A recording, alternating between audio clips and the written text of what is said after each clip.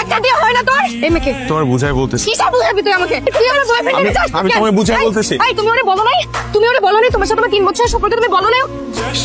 আমি তো অফিসে মুখ দেখাতে পারছি না। কি করেছিস তুই? তুই তো বলছিস আমি এই ছেলেকে ভালোবাসি মা। এই ছেলেকে ছাড়া আমি থাকতে পারবো না।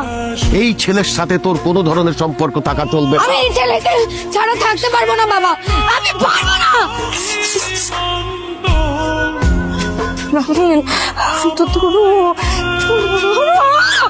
ওই মেয়ের কোনো মান সম্মান আছে নাকি? ভাই শোন, তুই রাহারের জীবন থেকে বাদ দিয়ে দে। জেরিন মেয়েটা অনেক ভালো, তুই বুঝতেছিস না কেন? আমার মেয়ে অনেক অনেক আদরের। ওর বিয়েতে আমি অনেক টাকা খরচ করব, অনেক ধুমধাম করে বিয়ে করাবো। এটা আপনাদের নতুন ফ্ল্যাট? ও বাবা, আর তুই কি রাজি হয়েছে? দেখছিস কত সুন্দর বাসা। এই বাসা যদি আমাকে হয়, আর তোর বোনটার খুব ভালো বিয়ে হইব। হ্যালো রাফিন, রাফিন তুমি প্লিজ ফোনটা আমার ধরো না প্লিজ। আই এম সরি, আমার একদম করা উচিত হয় নাই। তুমি আমার ফোনটা ধরো প্লিজ। আর শোনো, তুমি ওই মেয়ের সাথে আর কখনো দেখা করবা না, হ্যাঁ? তুমি আমাকে কল ব্যাক করো, আমরা দুজন কথা বলে আমরা সবকিছু ঠিকঠাক করে নিবো, হ্যাঁ? এই তুমি কে? রাফিন কই? এই রাফিন কই? রাফিন কই? আন্টি রাফিন কই? রাফিন, এটা রাফিন এলো।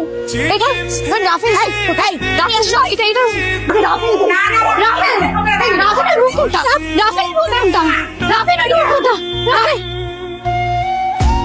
I'm sorry. তুমি আমাকে আচ্ছা শোনো, তুমি আমার কথা শোনো, তোমাকে মাফ করে দাও। আমার বাচ্চা ঠিক কি প্লিজ আমাকে মাফ করে দাও, কোনোদিন হবে না। চল হ্যাঁ প্লিজ নিয়ে যান আপনাদের মেয়েকে। আপনাদের মেয়ে আমার হাজবেন্ডের জীবনটাকে একদম হেল বানিয়ে রেখেছে। রাফিন বলো, তুমি সবাইকে বলো যে তুমি আমাকে অনেক ভালোবাসো।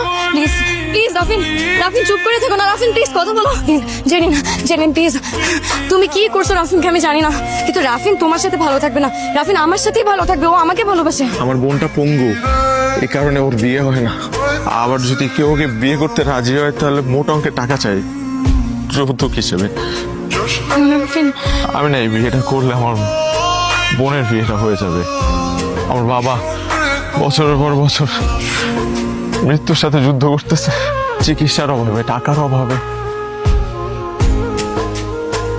আমি যদি আজকে এই বিয়েটা করি তাহলে আমার বাবার অপারেশন হবে সিঙ্গাপুরে। আমার পরিবারের এই শহরে মাথা গোজার কোনো ঠাঁই নাই।